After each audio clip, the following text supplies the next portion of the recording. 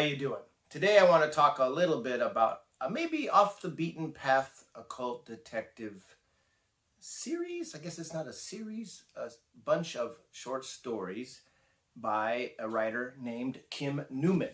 I'm going to start with The Man from the Diogenes Club, Secret Files of the Diogenes Club, and Mysteries of the Diogenes Club.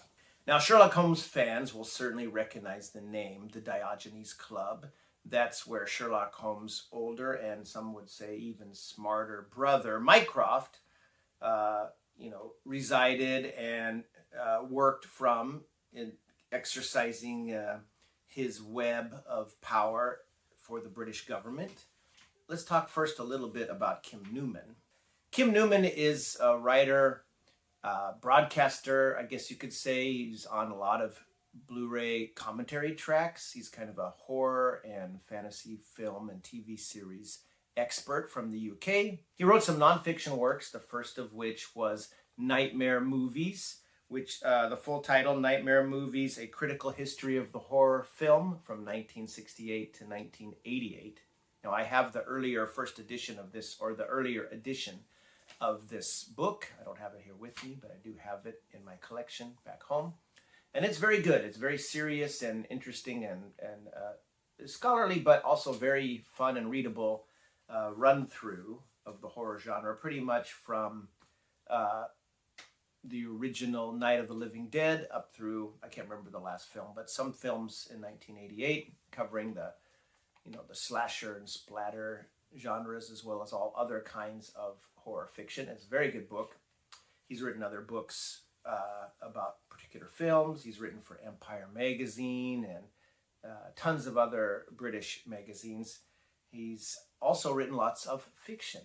And of course, what I'm going to talk about today are some of his stories collected from different sources, many of them published elsewhere that he got the rights back to publish in these collections from Monkey Brain Press. Maybe he's most famous now for his Anno Dracula series of novels, where he re-envisions England. In Anno Dracula, it's a very interesting and cool book.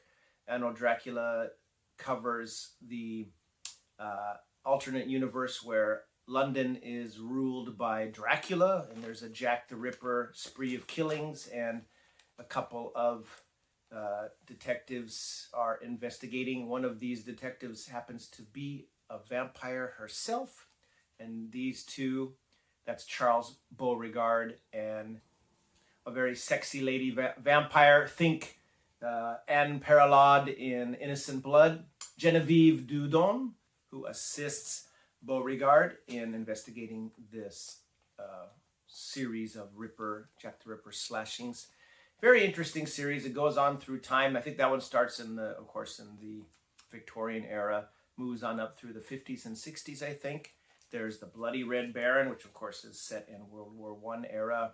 And there's Dracula Cha-Cha-Cha and Johnny Alucard, where I think Dracula maybe becomes a rockabilly musician. I'm not quite sure. But the thing about, because I haven't read that one, the thing about Newman that's very interesting is he's so well versed in classic British television and especially telefantasy, science fiction, horror, fantasy, thriller genres, plus books and films, and he likes to mix them all up in the blender of his brain.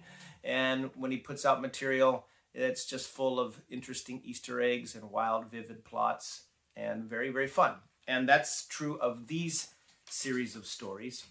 Other than his multiple appearances on commentary tracks and in making of documentaries attached to telefantasy and horror films, etc., and TV shows, I know him predominantly for this series of books, particularly this one, which was the first one I got, The Man from the Diogenes Club. Now, this was first published in 2006 and collects several stories and a concluding novella, featuring Richard Jefferson, who is the titular man from the Diogenes Club. And you can tell kind of from the vibe of the cover, it's really going for a swinging 60s, The Avengers, Carnaby Street, Alfie sort of vibe of that time. And Richard Jefferson is basically kind of a cross between, I guess you could say, James Bond, Carnacki, and Jason King from Department S. If you don't know who Jason King is, he was played by Peter Wyngarde. Peter Wyngarde, very cool actor, kind of acid tongue, sardonic, known and beloved, huge sex symbol in the 60s and early 70s when he played Jason King on both the show Department S and its sequel series Jason King, both produced by ITC Productions, ATV in England, and got pretty famous around Europe and the Commonwealth and other places, and got an airing in the US as well. Austin Powers himself takes quite a bit from Jason King. But and some reviewers on Goodreads have talked about how Richard Jefferson has got some Austin Powers vibes. I don't see that at all. He's very much hearkening back to the kind of fashion plate, clothes horse, sardonic sort of guy that Jason King was, as Peter Wyngarde portrayed him in those two series. But Richard Jefferson has some special skills, and that's what the Diogenes Club is about. It's a secret organization inside the government that deals with threats to, I guess, the Commonwealth, to the kingdom, and to the people that are supernatural from other realms, can't be handled by the normal police. So I'll just read you a little from the back of this. Introducing Richard Jefferson. In the 1970s, the most valued member of a venerable institution, the Diogenes Club, least publicized of Britain's law enforcement and intelligence agencies. His cases involve haunted trains and seaside resorts, murders in utopian communities, and London's Vice District, voodoo and mind-altering therapies. His fashion sense is gaudy, his enemies deadly, and his associates glamorous. Now, he does have two associates, but let's talk a little bit about Richard Jefferson. Besides being, mod-looking guy with his clothes and all that stuff, fairly cocky and arrogant, I guess, in his abilities. He's got some psychic as well as, I hesitate to use the words magic abilities. He later demonstrates in this book some, I guess, telekinesis and levitation abilities, things of that nature. And he is assisted here as an agent of the Diogenes Club by a glamorous, lovely, but lethal lady assistant named Vanessa.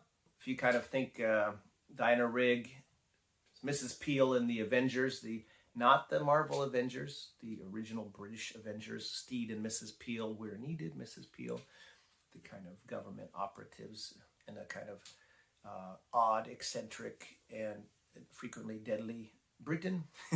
Very fun series, and there's some definite vibes in this. And he's also assisted by a policeman, a copper named, just a regular policeman, a detective named Fred Regent. And they get involved in all manner of cases. Now, there was a republication of this with other Jefferson stories added in. That version is like 700 pages. This one's only about 400, so it has quite a few more stories, some of which, or a couple at least more, some of which are in these other collections I have. This one has, 8 stories. The last story is about an 80-page novella or a novelette. So we have The End of the Pier Show, You Don't Have to Be Mad, Tomorrow Town, Egyptian Avenue, Soho Golem, which is a really fun story, set in the sleazy stripper district of Soho, and there's a giant golem on the loose killing people.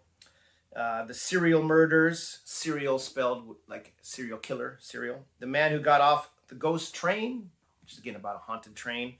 And the best story in this collection, the novella Swellhead. Now, Swellhead is different from the others because the other ones are usually set in the late 60s, early 70s. And Swellhead is set years later, decades later, like maybe 90s or even later, where we have a kind of retired Richard Jefferson who's aging. He hasn't been consulted by the government for a long time. And yet there's a special case that requires his special abilities. And so his old comrade, Fred Regent, who's now the governor, the commissioner of the, CID, Scotland Yard. Fred Regent dispatches young and kind of a young female detective sergeant named Stacy Cotterill, who has a lot of promise, he thinks, especially picked out to go and assist and kind of protect and bodyguard an aging Jefferson, to go on this mission. What the mission is there's an island called Skerry, Skerry. I guess it's somewhere up in the Hebrides or somewhere remote out in the middle of the North Atlantic, wind-lashed, surf-lashed, desolate island that just has a few goats running around on it. But it also happens to have some mysterious happenings going on there. There's a weird underground complex which seems to have been there since the 60s, but is all disused. And the people are seeing ghosts, etc. when they go there. So there's a kind of crew, a military crew, and the young woman who's basically, she's kind of like a typical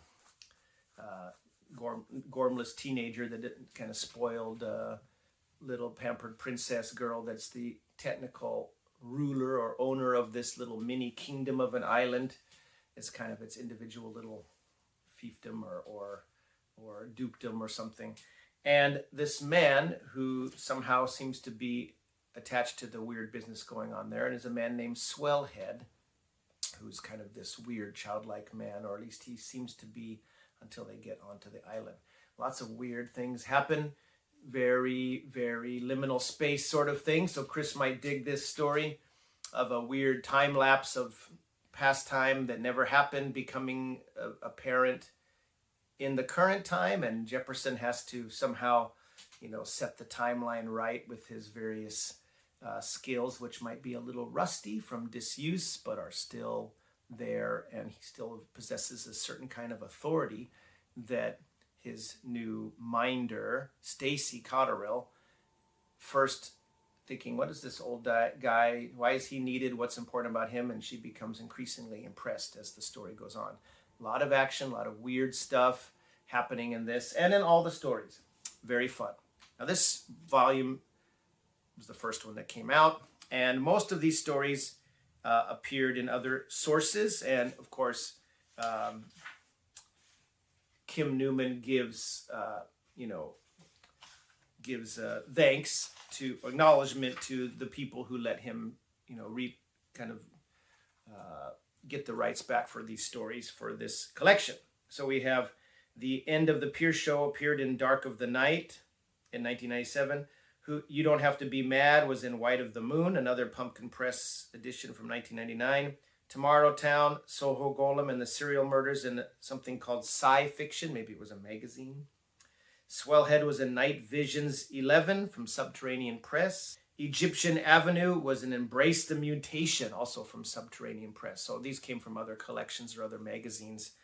And only the man who got off the ghost train is original to this collection.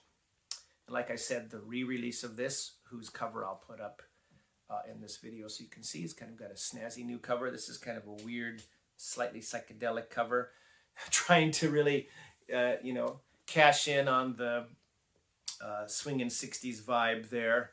Unfortunately, this Vanessa lady that's is prominently in a couple of the earlier stories, but doesn't kind of disappears. They marry her off, and Jefferson and Fred kind of mournfully watch her waltz out of their life, and then they get on with their solving cases. But Jefferson is in every one, and Fred Regent is in a lot of them.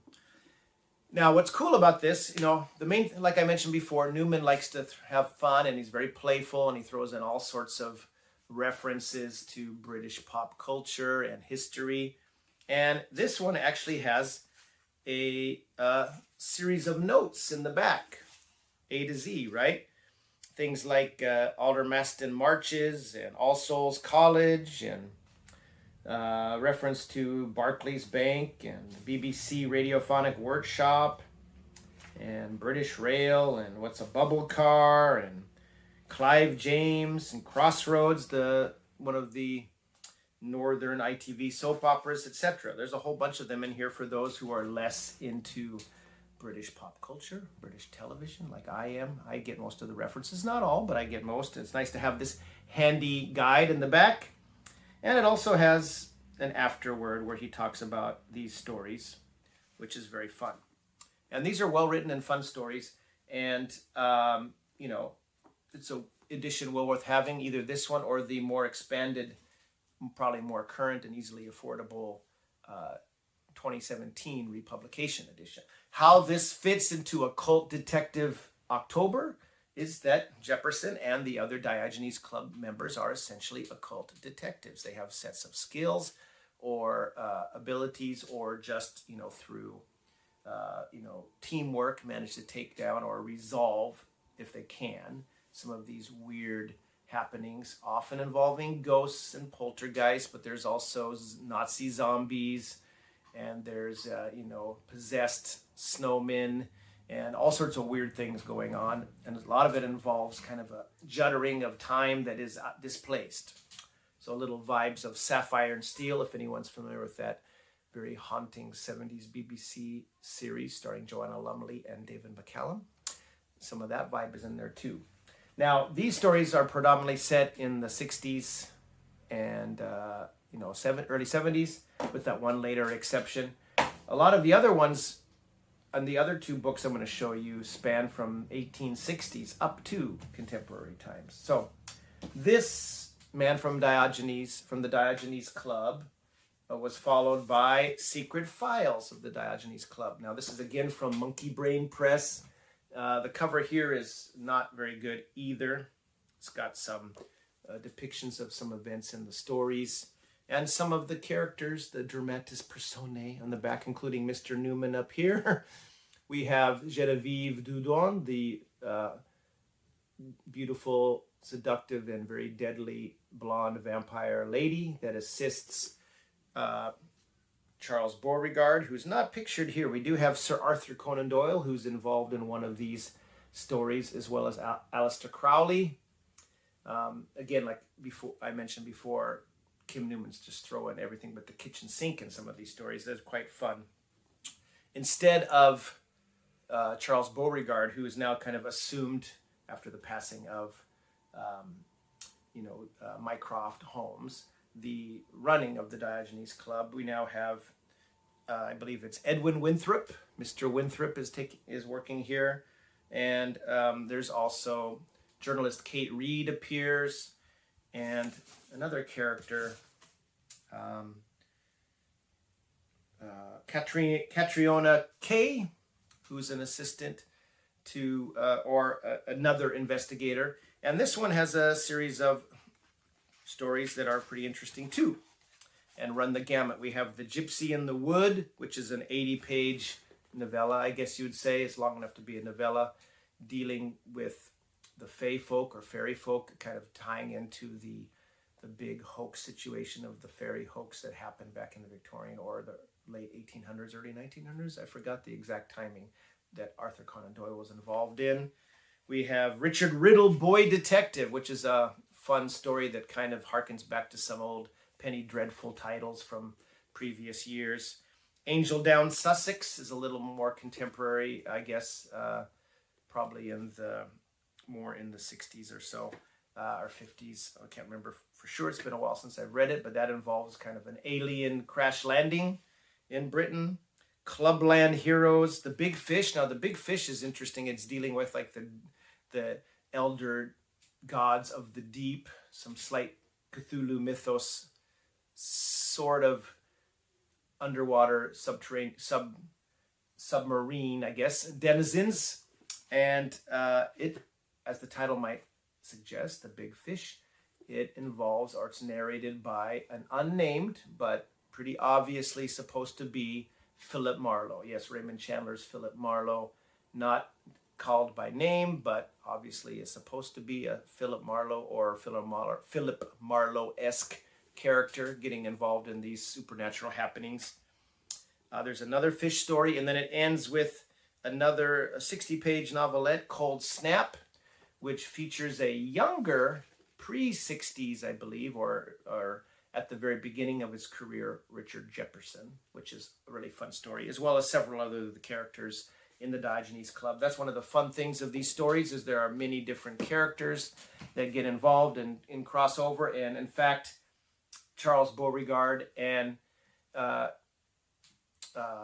Genevieve Dudon, the vampire lady, and sometimes his lover or girlfriend, or at least compadre, comrade in arms, are frequently featured heavily or predominantly in the Anno Dracula series I mentioned earlier. That is perhaps the most famous of Newman's fictional works.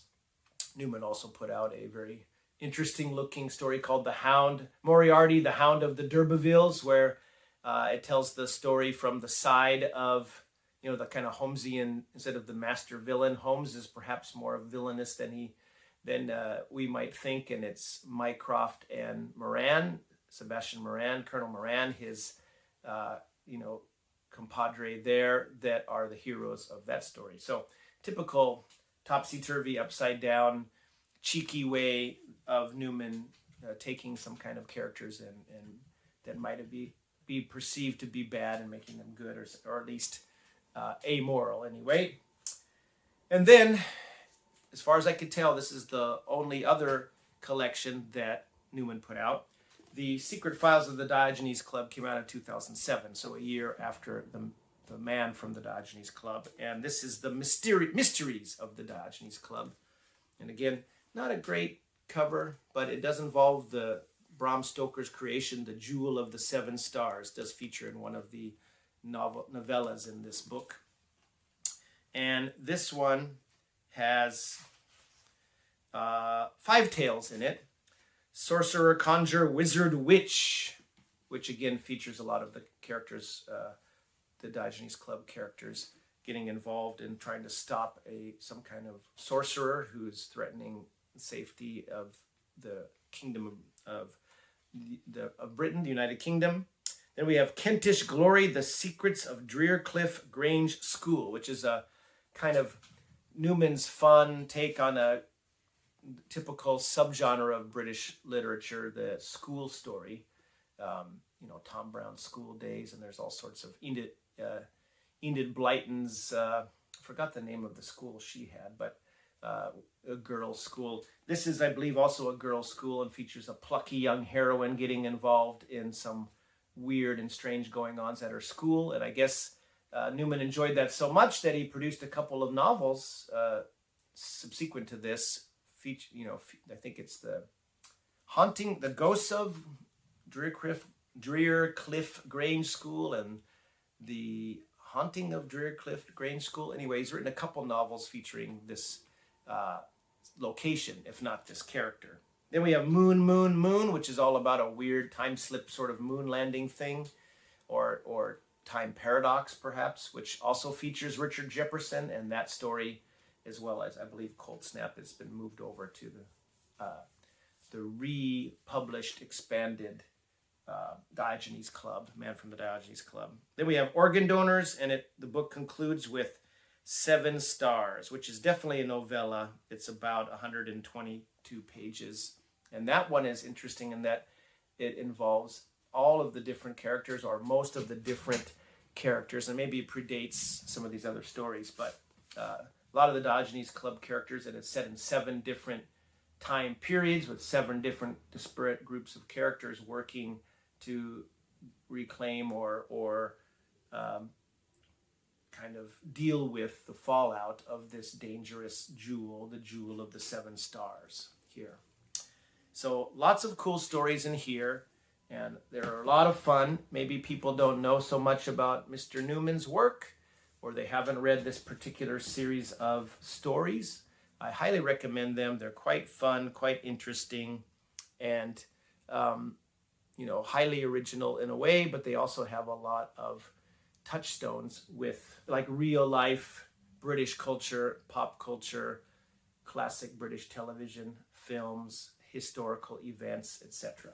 A lot of fun. So again, that's The Man from the Diogenes Club, The Secret Files of the Diogenes Club, and The Mysteries of the Diogenes Club. Fun, recommended reading for occult detective October, or any month of the year, frankly, if you're into this kind of thing. And again, check out Kim Newman's work. He's an interesting guy. He has this very impressive handlebar mustache. He likes to dress like a dandy a little bit. And he has a very interesting persona that he has, he's eccentric, but very, very intelligent and a fun guy and a canny observer of British pop culture in particular. So thanks for watching. I hope you're enjoying whatever you're reading this month, whether it's spooky or not, and I will see you next time.